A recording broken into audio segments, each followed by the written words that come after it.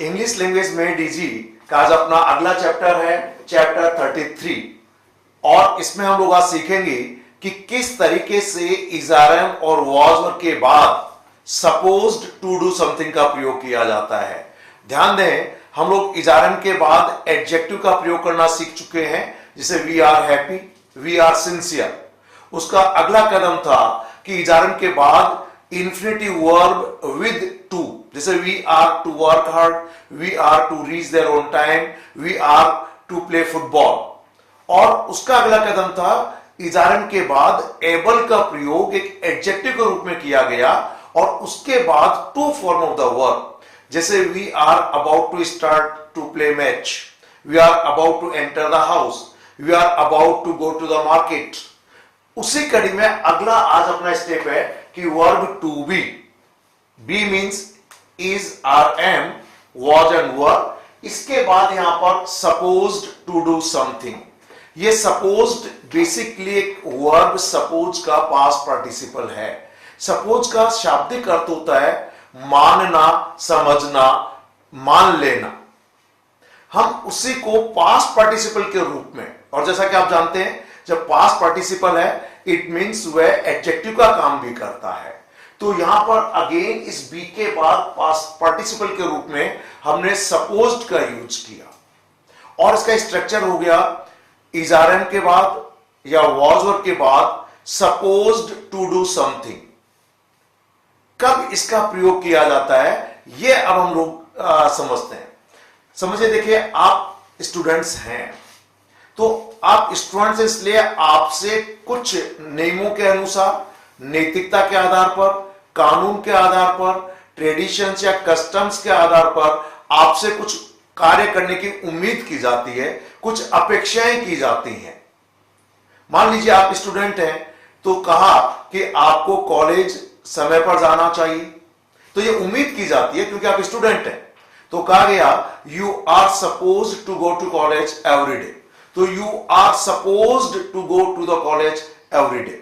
ठीक ऐसे ही आपसे कहा गया you are supposed to study hard, आपसे काफी अध्ययन करने की उम्मीद की जाती है या समझा जाता है कि आप काफी अध्ययन करें। यानी स्टूडेंट होने के नाते आपकी ये जिम्मेदारी है कि ये स्टूडेंट होने के नाते आपसे कुछ लोगों को अपेक्षाएं हैं, लोगों को कुछ उम्मीद है, आप उनका पालन करते हैं या नहीं करते हैं, उसको लेकर कहा जाता है। जैसे कहा गया कि you are suppose to respect all your teachers, तो जब कहा गया you are suppose to respect all your teachers, it means आपसे ऐसी अपेक्षा है, आपसे ऐसी उम्मीद है या आपकी यह नैतिक जिम्मेदारी है कि आप अपने टीचर्स का सम्मान करें। या as a student you are suppose to behave properly, यानी आपसे उम्मीद की जाती है कि आप उचित तौर पर व्यवहार करें। मान लीजिए आप कुछ गलत काम करते हैं तो आपसे कहा गया you are not supposed to misbehave with anybody else, कि आपसे किसी अन्य व्यक्ति के साथ मिसबिहेव करने की उम्मीद नहीं की जाती है। या you are supposed to do something means करने की, और इसका नेगेटिव बन जाएगा सपोज्ड के पहले नॉट लगाना। जैसे you are not supposed to come late every day. मान लीजिए आपका टाइम 10 बजे है, तो क्या अपेक्षा की जाती है आपसे कि आप 10 बजे पर आए क्योंकि कक्षा शुरू हो जाती है। आप रोजाना लेट आते हैं, तो मैंने अपनी झुंझलाहट या अनोयंस दिखाते हुए आपसे कहा कि you are not suppose to come late every day, कि आपसे रोज लेट आए ये उम्मीद नहीं की जाती है। ऐसा मीनिंग छिपा हुआ है। ठीक। या you are not suppose to smoke and drink, कि आपसे धूम्रपान करने की या शराब पीने की उम्मीद नहीं की जाती, अपेक्षा नहीं की जाती है। मान लीजिए हम लोग मंदिर जाते हैं और एक वहां की नैतिकता के आधार पर या धार्मिक परंपरा के अनुसार जब मंदिर में प्रवेश करते हैं तो हम अपने जूते बाहर उतार देते हैं। तो आपसे कहा गया कि you are suppose to take your shoes off when you enter the temple. So जब कहा गया you are supposed to take your shoes off, it means आपसे अपेक्षा की जाती है कि मंदिर में प्रवेश करें तो आप अपने जूते उतार दीजिए। क्लियर हो गया? मान लीजिए आप किसी ऑफिस में कर्मचारी हैं आपका 10 बजे का टाइम है, आप लेट पहुंचते हैं, आपका प्रबंधक, आपका इंचार्ज, आपका मैनेजर अपनी एनॉयंस जाहिर करते हुए कहता है कि you are suppose to come on time, कि आपसे उम्मीद की जाती है कि आप समय पर आए। इसको नेगेटिव में भी कह सकते हैं, you are not suppose to come late, कि आपसे लेट आने की अपेक्षा नहीं की जाती है। तो ध्यान दें कि जब किसी व्यक्ति से नैतिकता के आधार पर, किसी कस्टम ट्रेडिशन के आधार पर, रूल्स लॉ के आधार पर कोई कार्य करने की अपेक्षा की जाती है, कोई कार्य करने की उम्मीद की जाती है, तो हम इस वाक्य संरचना का प्रयोग करते हैं। अगर आपकी एक्सपेक्टेशन के अनुसार, आपकी आशा के अनुरूप, आपकी उम्मीद के अनुरूप कोई कार्य नहीं होता है, तो भी आप इस वाक्य संरचना का प्रयोग कर सकते हैं। और फिर यह एक तरह से एनॉयंस दिखाता है। आपने सभी अपने मित्रों को समय पर आने के लिए कहा कि भाई कल पार्टी है और सभी लोग समय पर आए, पर आपके फ्रेंड्स लेट पहुंचे, तो आपने अपने अनॉयंस दिखाते हुए कहा कि you are suppose to reach here at 10 o'clock और you are suppose to be in the party at 10 o'clock, कि आपसे उम्मीद थी कि आप पार्टी में 10 बजे यहां होते या पहुंचते। तो इसका एक महत्वपूर्ण यूज जो है, सबसे पहले देखिए मैंने जैसा कि यहां पे बोर्ड पे लिखा है, टू से व्हाट वी शुड डू, जब ये कहना हो कि हमें क्या करना चाहिए, और व्हाट इज एक्सपेक्टेड और required to do as per rules, laws, customs, morality and agreement और एन अरेंजमेंट, की कोई व्यवस्था की गई, कोई पहले से डिसाइड किया गया, या कानून के आधार पर, कस्टम के आधार पर किसी से कोई उम्मीद की जाती है। और इसमें अगर उस कानून, नियम, नैतिकता के आधार पर उम्मीद पूरी नहीं होती है, तो फिर इससे कुछ गुस्सा भी जाहिर किया जाता है, एनॉयंस, झुंझलाहट भी व्यक्त की जाती है। आइए कुछ एग्जाम्पल समझते हैं। और पहला सेंटेंस है, the passengers are suppose to travel with appropriate tickets. यात्रियों से क्या उम्मीद की जाती है कि वो उचित टिकट लेके ही यात्रा करें। यह नियम के अनुसार, नैतिकता के आधार पर यह सबसे अपेक्षा की जाती है, सबसे उम्मीद की जाती है। तो क्या कहा गया कि the passengers are suppose to travel with appropriate tickets. तो यहां पर आर के बाद सपोज का पास्ट पार्टिसिपल सपोज्ड का प्रयोग किया, और उसके बाद वर्ब की फर्स्ट फॉर्म विद टू, यानी इंफिनिटिव वर्ब विद टू। तो स्ट्रक्चर ध्यान से देखिए, फिर से समझें कि जो स्ट्रक्चर है, देखिए किस तरीके से, are then supposed and to travel, तो be plus supposed plus infinitive verb with to. अगला स्टेटमेंट देखिए, we are supposed to be at the meeting at 10 o'clock, कि हमसे अपेक्षा की जाती है, उम्मीद की जाती है, ऐसा समझा जाता है, ऐसा माना जाता है कि हम मीटिंग में 10 बजे में होना है, यानी उपस्थित होना या पहुंचना है। देखिए इसका इंट्रोगेटिव भी बन सकता है, लेकिन एक सेंटेंस और देखिए, the meeting was supposed to take place on Monday but we cancelled it, कि मीटिंग का मंडे को होना तय था, यानी ये डिसाइड किया गया था, ये अरेंजमेंट था कि जो अपेक्षा थी वो मीटिंग कब होनी थी, मंडे को होनी थी, लेकिन वी कैंसल्ड इट, लेकिन हमने इसे कैंसिल कर दिया। तो ठीक है, ये पास्ट में होना था, इट मींस इसका प्रयोग हम प्रेजेंट में भी कर सकते हैं और पास्ट में भी कर सकते हैं। यानी सपोज्ड टू डू का प्रयोग इजारम और वाज वर्ब के बाद इक्वली, समान रूप से किया जा सकता है, बस एक का प्रेजेंट में मीनिंग होगा तो वाज वर्ब लगाया तो पास्ट में मीनिंग होगा। इसका इंट्रोगेटिव में भी यूज किया जा सकता है। जैसे देखिए दिया है व्हाट टाइम, व्हाट टाइम का मतलब कब, कितने बजे, when. So what time are we supposed to be here, यानी हमसे यहां पर कितने बजे होने की अपेक्षा है, यानी हमें यहां कितने बजे होना चाहिए या आना चाहिए। तो पूछा गया कि भाई what time are we supposed to be here, या what time are we supposed to reach here, कि हमारे यहां कितने बजे पहुंचने की अपेक्षा है या उम्मीद है, हमें कितने बजे पहुंचना चाहिए या पहुंचना है। तो आप टाइम पूछ रहे हैं। सेकंड सेंटेंस देखिए, am I suppose to reach there on Monday, क्या मेरी वहां सोमवार मंडे को पहुंचने की अपेक्षा है या मंडे को पहुंचने की उम्मीद की जाती है, या क्या मैं वहां मंडे को पहुंचूं, ऐसा मानते हैं, समझते हैं। तो देखिए, अगर आप शब्द से शब्द अनुवाद करेंगे तो सही मीनिंग नहीं आएगा। बस इसीलिए मैंने आपसे कहा कि आप अनुवाद पद्धति को छोड़िए, इस सेंटेंस स्ट्रक्चर का, जो सेंटेंस स्ट्रक्चर है वो be plus supposed to do something का प्रयोग कब करते हैं। तो मैंने आपको हिंदी में बताया, अंग्रेजी में भी बता दिया, साथ में जो अपनी बुक है इंग्लिश लैंग्वेज में डीजी चैप्टर 33 में इसे बहुत डिटेल में समझाया गया है। और ध्यान दीजिएगा, प्रतियोगी परीक्षाओं के दृष्टिकोण से भी यह बहुत महत्वपूर्ण सेंटेंस स्ट्रक्चर है, क्योंकि यहां पे प्रतियोगी परीक्षाओं में कई बार यहां पर पास्ट पार्टिसिपल के बजाय प्रेजेंट फॉर्म दे दिया गया, डी हटा दिया गया, गलत हो जाएगा, क्योंकि ये एक तरह से पैसिव का स्ट्रक्चर हो गया। क्योंकि पैसिव वॉइस में इजारन के बाद क्या आता है, वर्ब की थर्ड फॉर्म, और ये थर्ड फॉर्म पास्ट पार्टिसिपल है। पार्टिसिपल का मतलब एडजेक्टिव का काम कर रहा है, और हम अभी यही तो सीख रहे हैं 26 से लेकर अभी तक कि इजारन वॉज वर्ब के बाद नाउन का प्रयोग, एडजेक्टिव का प्रयोग। यहां पर हम लोग noun be plus adjective plus to form of the verb का यूज सीख रहे हैं, जैसे we are able to do it, we are supposed to do it. ठीक है, मान लीजिए मैं आपको अंग्रेजी पढ़ाता हूं, तो मैं आपसे क्या अपेक्षा करता हूं कि आप रोजाना कुछ अंग्रेजी में कोई न्यूज़पेपर, नॉवेल्स, इंग्लिश बुक्स पढ़ें। तो मैंने आपसे कहा you are supposed to read something in English if you want to learn English. तो you are supposed to read something in English, कि आपसे अपेक्षा की जाती है कि आप अंग्रेजी में कुछ पढ़ें। You are supposed to speak in English when you attend the class, कि आपसे अपेक्षा की जाती है कि आप क्लास अटेंड करें तो अंग्रेजी में बोलें। Clear? You are supposed to work hard. तो इस तरीके से आपसे क्या अपेक्षा है, क्या उम्मीद है, क्या मानकर चलता हूं कि आप ये काम करें। तो एक तरीके से इजारन के बाद एडजेक्टिव प्लस टू फॉर्म। आइए अगला सेंटेंस नेगेटिव में देखिए, you are not suppose to come late every day.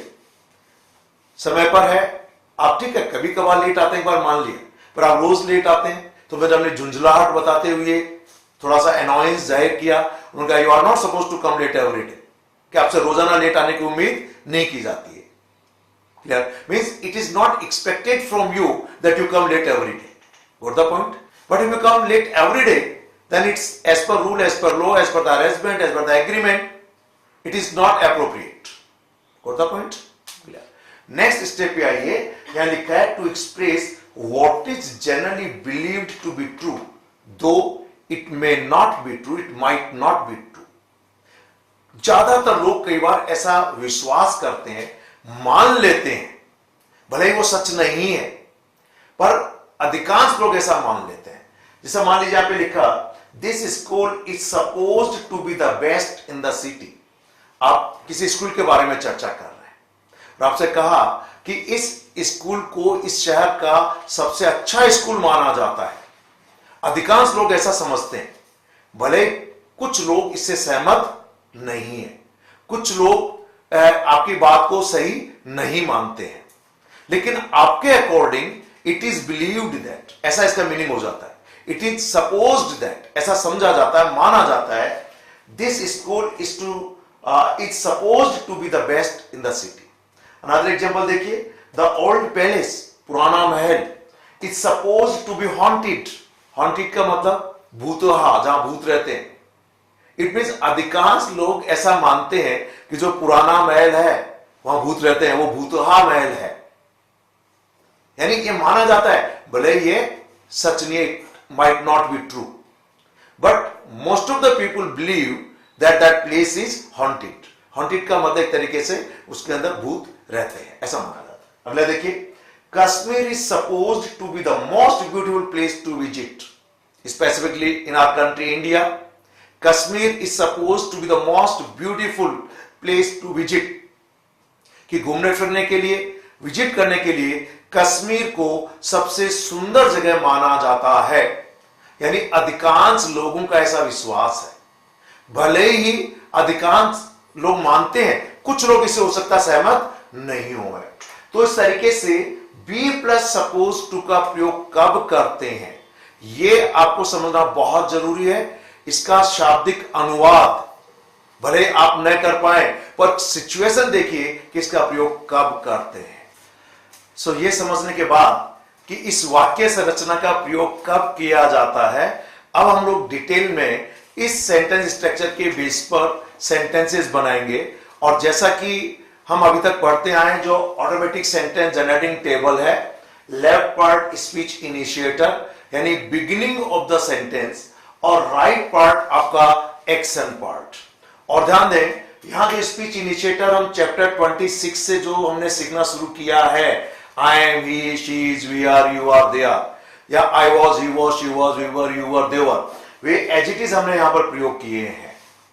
इनके बाद अलग अलग तरीके के शब्द नाउन और एडजेक्टिव और इन्फिनेटिव वर्ब प्रयोग करना हम सीख रहे हैं। इस सेंटेंस स्ट्रक्चर में इन इजारम के बाद सपोज्ड टू, ये सपोज का पास्ट पार्टिसिपल है, तो देखा जाए तो पैसिव जैसा स्ट्रक्चर है, पर यहां पर ये पास्ट पार्टिसिपल का काम करता है। इट मींस इन लोगों से ये कार्य किए जाने की अपेक्षा है, उम्मीद है, माना जाता है, समझा जाता है, नैतिकता के आधार पर, रीति रिवाज के आधार पर, परंपराओं के आधार पर, किसी कानून नियम के आधार पर, किसी व्यवस्था के आधार पर, कि इन लोगों से यह कार्य करने की अपेक्षा है। अब यहां पर जो स्पीच इनिशिएटर के रूप में मैंने ऊपर प्रेजेंट लिखे हैं और नीचे पास्ट के लिखे हैं, तो आप स्पीच इनिशिएटर में कह सकते हैं I am suppose to, he suppose to, we are suppose to, you are suppose to, they are suppose to. ठीक ऐसे पास्ट हो जाएगा I was suppose to, he was suppose to, she was suppose to, we were suppose to, you were suppose to, they were suppose to. बस to के बाद हमेशा verb की first form. अब यहां पर मैंने 6 इनिशिएटर्स प्रेजेंट के लिखे हैं और 6 इनिशिएटर्स पास्ट के लिखे हैं। इधर जो वर्ब लिखे हैं, सीरियली अगर सभी वर्ब आप इनमें जोड़ दें तो ये एक मीनिंगफुल सेंटेंस बनेगा। मैं प्रेजेंट और पास्ट के 1 बाय 1 सेंटेंस बोल रहा हूं, आप इन्हें रिपीट करेंगे। ठीक ऐसे घर जाकर आपको बाकी वर्ब का प्रयोग करके सेंटेंस बनाने हैं, और आप जितने वर्ब की फर्स्ट फॉर्म लिखकर प्रैक्टिस कर सकते हैं, आपको अभ्यास करना चाहिए। आइए वर्क ऑनेस्टली सब में जोड़ेंगे तो सेंटेंस बन जाएगा I am suppose to work honestly, come on, he is suppose to work honestly, she is suppose to work honestly, we are suppose to work honestly, you are supposed to work honestly, they are supposed to work honestly।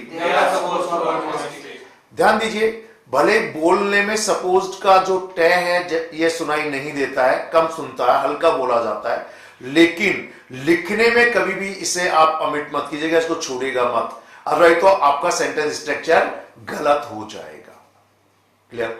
और person जब कहते हैं I am suppose to work honestly, तो इसका एक तरह से अनुवाद यूं कर सकते हैं शाब्दिक कि मुझसे उम्मीद की जाती है कि मैं ईमानदारी से कार्य करूं, यानी ऐसा समझा जाता है, माना जाता है, इसे अपेक्षा की जाती है कि मैं ईमानदारी से काम करूं। You are suppose to work honestly, तो अगेन इसका मीनिंग हो गया कि आपसे समझा जाता है, उम्मीद की जाती है, माना जाता है कि आप ईमानदारी से कार्य करें।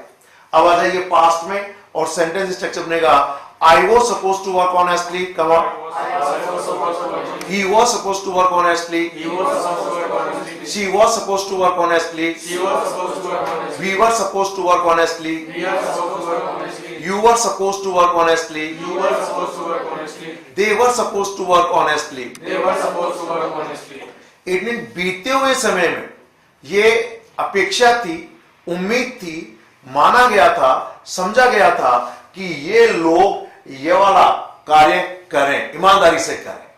अब उन्होंने किया या नहीं किया, we don't know anything about that, but when you say कि he was supposed to work honestly, तो हो सकता है उसने ईमानदारी से काम नहीं किया, बेईमानी की, और आपने अपना गुस्सा जाहिर करते हुए, अनाउंस दिखाते हुए कहा कि he was supposed to work honestly, कि उसे उम्मीद की थी कि वह ईमानदारी से कार्य करे। मीनिंग समझ में आ गया? यानी आप शब्द से शब्द अनुवाद करने की बजाय सेंटेंस स्ट्रक्चर क्या है, कब प्रयोग किया जाता है, यह समझिए।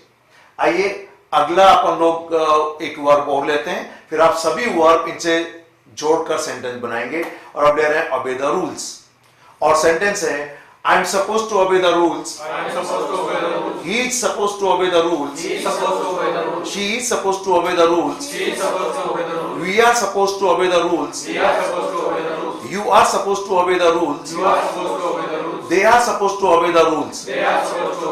और जैसे कहा जाता है I am suppose to obey the rules, it means कानून के आधार पर यह समझा जाता है कि मैं नियमों का पालन करूं। अब या तो मैंने पालन नहीं किया तो एनोइंस में कहा कि आई एम सपोज टू और I am suppose to obey the rules, या मैंने कहा आपसे उम्मीद नहीं की जाती कि हम नियमों का उल्लंघन करें। So you are not suppose to disobey the rules, you are not suppose to defy the rules. ठीक ऐसे पास्ट में बन जाएगा और सेंटेंस बनेगा I was suppose to obey the rules, he was supposed to obey the rules, she was supposed to obey the rules, we were supposed to obey the rules, you were supposed to obey the rules, they were supposed to obey the rules. Clear? अब आ जाइए यहां पे कम on time.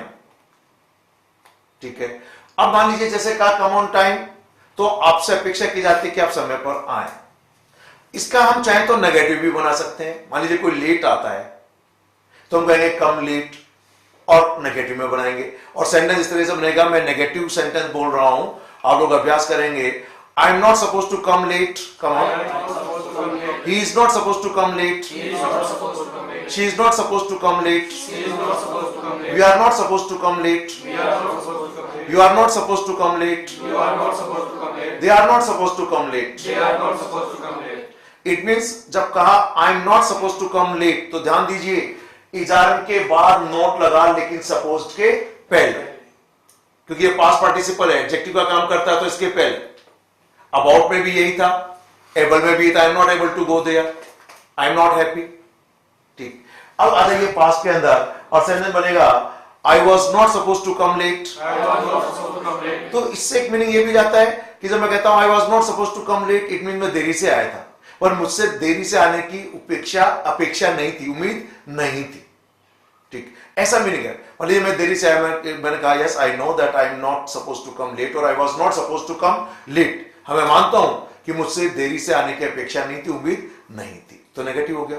तो negative हो जाएगा I was not suppose to come late, he was not suppose to come late, she was not suppose to come late, you are not suppose to come late, we are not suppose to come late, they are not suppose to come late. आप हिंदी में meaning समझ रहे हैं ना? समझ में आ रहा है सबको? क्योंकि देखिए इसका भाव क्या है, मीनिंग क्या है, यह समझ में आना बहुत जरूरी है। मान लीजिए आपने कहा यहां पर बिहेव प्रॉपरली, तो उम्मीद की जाती है आप प्रॉपरली बिहेव करें। मान लीजिए किसी ने रूडली बिहेव किया, तो उससे रूडली बिहेव करने की उम्मीद नहीं की जाती है। तो अगर आप यहां रूडली लगा दें तो इनको नेगेटिव बना सकते हैं, प्रॉपरली लगाया तो अफर्मेटिव में ले लीजिए, और हम एक बार दोनों का फिर अफर्मेटिव नेगेटिव में प्रैक्टिस करेंगे, और ये हो जाएगा I am suppose to behave properly, he is suppose to behave properly, she is suppose to behave properly, we are suppose to behave properly, you are suppose to behave properly, they are suppose to behave properly. Past में आ जाएगा, मान लीजिए ने properly behave नहीं किया तो हम उनको नसीहत दे रहे हैं, सलाह दे रहे हैं और कह रहे हैं कि आपसे उम्मीद तो ये थी पर आपने ऐसा किया नहीं। तो सेंटेंस बनेगा I was suppose to behave properly, he was suppose to behave properly, she was suppose to behave properly, you were suppose to behave properly, we were suppose to behave properly, they were suppose to behave properly. और इनको negative बनाएंगे हम, properly की जगह पर rudely का यानी अभद्रता से व्यवहार करना, और सेंटेंस बनेगा I am not suppose to behave rudely, he is not suppose to behave rudely, she is not suppose to behave rudely, we are not suppose to behave rudely, you are not suppose to behave rudely, they are not suppose to behave rudely. Past में आ जाइए, I was not supposed to behave rudely, he was not supposed to behave rudely, she was not supposed to behave rudely, we were not supposed to behave rudely, you were not supposed to behave rudely, they were not supposed to behave rudely। ध्यान दीजिएगा, आप जितना ज्यादा इनका अभ्यास करेंगे आपको सही सेंटेंस स्ट्रक्चर सीखने में उतनी उम्मीद होगी, और आपके दिलो दिमाग में सही स्ट्रक्चर बार बार बोलने से, बार बार अभ्यास करने से परमानेंटली बैठ जाता है। तो अब जितनी बार हो सके इस तरीके की टेबल्स आप बनाएं, इंग्लिश लैंग्वेज मेड इजी अपनी बुक में टेबल्स और दी हुई हैं, और आप ये टेबल में यहाँ पे बहुत सी वर्ब लगाइए कि आपसे क्या काम किए जाने की उम्मीद की जाती है और कौन से कार्य उम्मीद करने की अपेक्षा नहीं है, और आप इनसे सेंटेंसेस बनाएं और बोलिए।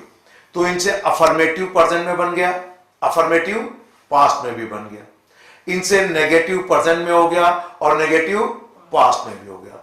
ध्यान दें, इनसे इंट्रोगेटिव सेंटेंस भी बन जाता है। क्या बन जाता है? मान लीजिए मैंने कहा, क्या हमसे कोई कार्य किए जाने की उम्मीद है?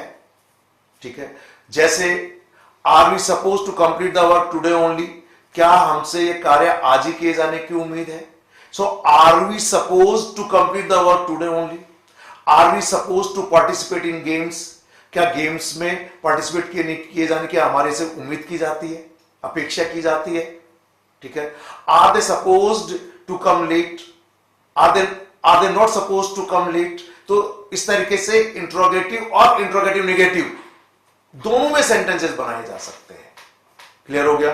तो देखिए, एक बहुत इंपॉर्टेंट सेंटेंस स्ट्रक्चर है जिसका डिटेल में आपको नॉलेज होना ही चाहिए।